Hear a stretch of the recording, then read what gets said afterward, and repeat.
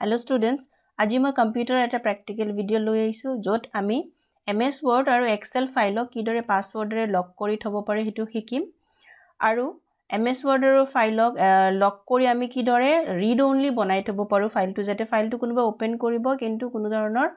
ফাইলটো ডিলিট বা মডিফিকেশন কৰিব নোৱাৰে হেতুও শিকিম সো ফাৰ্স্ট আমি চাই লৈছো যে ফাইলটো আমি কিদৰে লক কৰি থব যাতে কোনো ইউজাৰে ফাইলটো আমাৰ open কৰিব নোৱাৰে ফাৰ্স্ট আমি হেতু চাম সো ইয়াতে মই MS Word ফাইলটো এটা ফাইল ওপেন কৰিছো ইয়াতে মই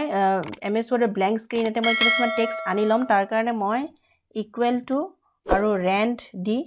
ওপেন ব্ৰেকেট ক্লোজিং ব্ৰেকেট দিলো তাৰ পিছত এটা যদি মই এন্টাৰ দি দিও তেতিয়া কিছুমান টেক্সট আমাৰ আহি যাব সো এই টেক্সট খিনি ৰাখি মই এটা ফাইল বনাম আৰু এটো মই সেভ কৰিম সো MS Word আৰু Excel ফাইলক আমি দুই ধৰণে পাসওয়াৰ্ডৰে লক কৰি থব পাৰো এটা আমাৰ ফাইল সেভ কৰাৰ সময়ত আমি পাসওয়াৰ্ড দি লক কৰি থব পাৰো আৰু এটা ফাইল যেটা আমাৰ সেভ কৰি হৈ যাব তাৰ পিছত যেটা আমি অনুভৱ কৰো যে ফাইলটো আমাৰ লক কৰি থব লাগে তেতিয়া আমি সেভ কৰি হোৱাৰ পিছতো আমি লক কৰি থব পাৰো সো প্ৰথমতে আমি চাই লওঁ ফাইলটো সেভ কৰাৰ সময়ত কিদৰে লক কৰি থব পাৰো সো সেভ কৰাৰ কাৰণে আমি যাম ফাইল মেনুত তাৰ পিছত ইয়াতে যাম আমি সেভ এজ অপচনত so save as option click কৰাৰ পিছত মই ইয়াতে যাম ব্ৰাউজত যোৱাৰ পিছত মই ফাইলটো ইয়াতে ফাইলতে নাম দিলো সপোজ ইয়াতে কিবা এটা নাম দিলো টেক্সট বুলি নাম দিলো তাৰ পিছত এটা মই সপোজ সেভ ডেস্কটপত ক্লিক কৰিম সো ডেস্কটপটো এটা মই ক্লিক কৰি দিলো আৰু ইয়াতে সেভ এজ ডায়লগ বক্সত আমি তলত এটা অপচন দেখিবলৈ পাম টুলস বুলি টুলসৰ ৰাইট সাইডত আমি এটা বাটন দেখিবলৈ পাম সেই বাটনত ক্লিক কৰিম আমি তাৰ পিছত 3 নম্বৰ যেটো সাব অপচন জেনাৰেল অপচনস তাতে আমি ক্লিক কৰিম তাৰ পিছত ইয়াতে আমি জেনাৰেল অপচন উইন্ডোত আমি এটা পাসওয়াৰ্ড দিব লাগিব এই বক্সটোত সো পাসওয়াৰ্ড এটা মই দিলো পাসওয়াৰ্ড দিয়াৰ পিছত ওকে ক্লিক কৰিম আমি আকৌ ৰিএন্টাৰ কৰিব লাগিব সেম পাসওয়াৰ্ড সো পাসওয়াৰ্ড দিয়াৰ পিছত মই ওকে ক্লিক কৰি দিলো আৰু ইয়াতে মই এই ফাইলটো সেভ কৰাৰ কাৰণে সেভত ক্লিক কৰি দিলো ওকে ক্লিক কৰি দিলো আৰু এই ফাইলটো মই এতিয়া ক্লোজ কৰি দিম সো টেক্সট নামৰ ফাইলটো মই এটা ডকুমেন্টছত ডেস্কটপত সাৰ্চ কৰিম সো এটো মোৰ ফাইল এতে মই ওপেন কৰি লৈছো MS Word ওপেন কৰি ললো এতিয়া দেখিবলৈ পাইছা তোমালোকে এই ফাইলটো আমি ওপেন কৰিব নোৱাৰো ইয়াতে আমাৰ ওপেন কৰাৰ আগতে ফাইলৰ পাসওয়াৰ্ড বিচাৰিছে সো মই যদি পাসওয়াৰ্ডটো দি দিও আৰু ওকে ক্লিক কৰো তেতিয়ালে আমাৰ ফাইলটো ওপেন হৈ যাব সো এই ধৰণে আমি পাসওয়াৰ্ড দি আমি ফাইলটো লক কৰি থব পাৰো ফাইল সেভ কৰাৰ সময়ত এতিয়া আমি সপোজ কোনোবা এটা ফাইল আমাৰ অলৰেডি সেভ আছে হেতু ফাইলটোক আমি কিদৰে আমি লক কৰি থব পাৰো হেতু আমি চাম সো তাৰ কাৰণে মই এটা ডকুমেন্টছত মই এটা ফাইল উলাই লৈছো যিকোনো এটা ফাইল লৈ লৈছো মই এতে পোজ এইটো ফাইলটো MS Word আগতে বনোৱা ফাইল এটা এতে মই ওপেন কৰি লৈছো এতিয়া মই এই ফাইলটো সেভ কৰা আছে সেভ কৰা সময়ত এতিয়া আমি লক কৰা নাই কিন্তু এতিয়া আমি পাসওয়াৰ্ড দি লক কৰি থম এটো আগতে সেভ কৰা ফাইল সো তাৰ কাৰণে আকৌ আমি ফাইল মেনুত যাম আকৌ ইয়াতে আমি এটা সেম আমি ইয়াতে এটো 2019 MS Office ভাৰ্চন একেন আমি এটা ইনফো বুলি অপচন পাম কিন্তু 2007 ত আমি ইয়াতে প্ৰিপেয়াৰ বুলি অপচন পাম এই মেনুত ইয়াতে তলত আমি প্ৰিপেয়াৰ বুলি অপচন পাম সো এই প্ৰিপেয়াৰ অপচনত ক্লিক কৰি আমি এটা এনক্ৰিপ্ট উইথ পাসওয়াৰ্ড বুলি অপচন পাম তাৰ পিছত তাতে ক্লিক কৰি আমি লক কৰি থব পাৰো সেভ হোৱাৰ পিছত ফাইলটো কিন্তু ইয়াতে যেটো এটো 2019 ভাৰ্চনৰ সো মই ইয়াতে ইনফো অপচনত ক্লিক কৰিব লাগিব তাৰ পিছত আমি তলত 2 নম্বৰ এটা অপচন পাম protect document বুলি সো ইয়াতে ক্লিক কৰি তাৰে ওচৰত যেটো বাটন আছে তাতে বাটনত ক্লিক কৰিলো সেই বাটনত ক্লিক কৰাৰ পিছত যেটো আমাৰ উইন্ডো খোল খাব তাতে আমি এই বক্সটোত এতে এনক্ৰিপ্ট উইথ পাসওয়াৰ্ড 2 নম্বৰ অপচনটো মই ক্লিক কৰিম সো ইয়াতে মই এতিয়া পাসওয়াৰ্ড দি থব পাৰো সো ইয়াতে যিকোনো এটা পাসওয়াৰ্ড দিলো সপোজ পাসওয়াৰ্ড এটা দিলো ওকে ক্লিক কৰি দিলো আকৌ ইয়াতে ওকে ক্লিক কৰি দিলো এতিয়া মই এটা ফাইলটো আহিলো ফাইলটো ক্লোজ কৰি দিলো এটা সেভ কৰি দিম মই এতিয়া যদি ফাইলটো মই ওপেন কৰো আকৌ তেতিয়া হলে ই কি হ'ব এতিয়া আমাৰ ফাইলটোত পাসওয়াৰ্ড বিচাৰ আগতে আমাৰ এটো পাসওয়াৰ্ড নাছিলে কিন্তু এতিয়া যেটো মই পাসওয়াৰ্ড দি দিলো সো এতিয়া আমাৰ এটো পাসওয়াৰ্ড বিচাৰিব পাসওয়াৰ্ড মই দি দিলো ওকে ক্লিক কৰি দেখিবলৈ পাইছা ফাইলটো আমাৰ ওপেন হৈ গৈছে তে যদি পাসওয়াৰ্ড যদি আমি আতৰাব লাগে তেতিয়ালে একে আমি ফাইলত যাম তাৰপিছত ইনফো টেবত ইনফো অপচনত ক্লিক কৰিম আকৌ protect documentত ক্লিক কৰি এনক্ৰিপ্ট উইথ পাসওয়াৰ্ড যেটা ক্লিক কৰি এই ফাইল পাসওয়াৰ্ড আমি দেখিবলৈ পাম পাসওয়াৰ্ডটো আমি জাস্ট গুছাই দিম ডিলিট কৰি দিম তাৰ পিছত ওকে ক্লিক কৰি দিম সো এটো আমাৰ ফাইলৰ পৰা পাসওয়াৰ্ডটো আমাৰ আতৰি যাব সো এই ধৰণে আমি ফাইলটোৰ পাসওয়াৰ্ড আমি আতৰাইও থব পাৰো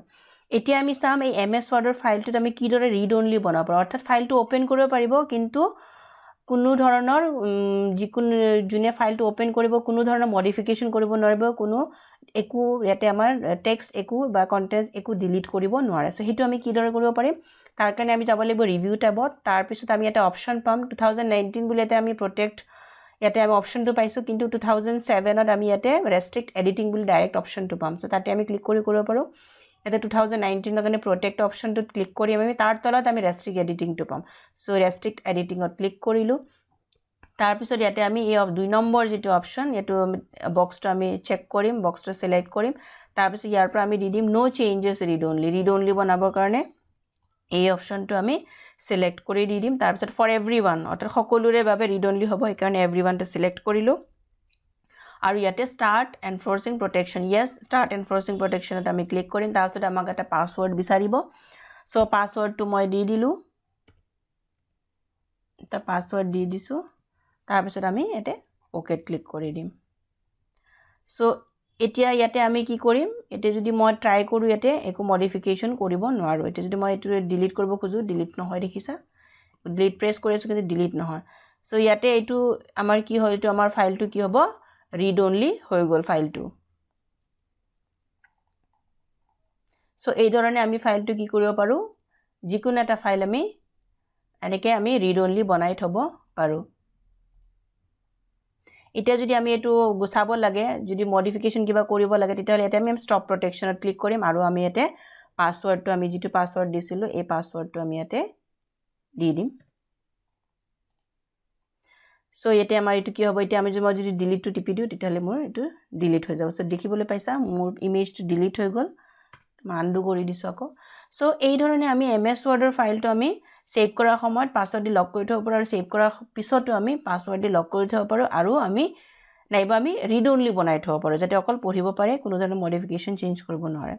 সেম ওয়েত আমি এক্সেল ফাইলটো কৰিব পাৰো এটো মই ক্লোজ কৰি দিছো সেভ কৰি দিছো সো সেম ওয়েত আমি এক্সেল ফাইলও কৰিব পাৰো এক্সেল ফাইলটো আমি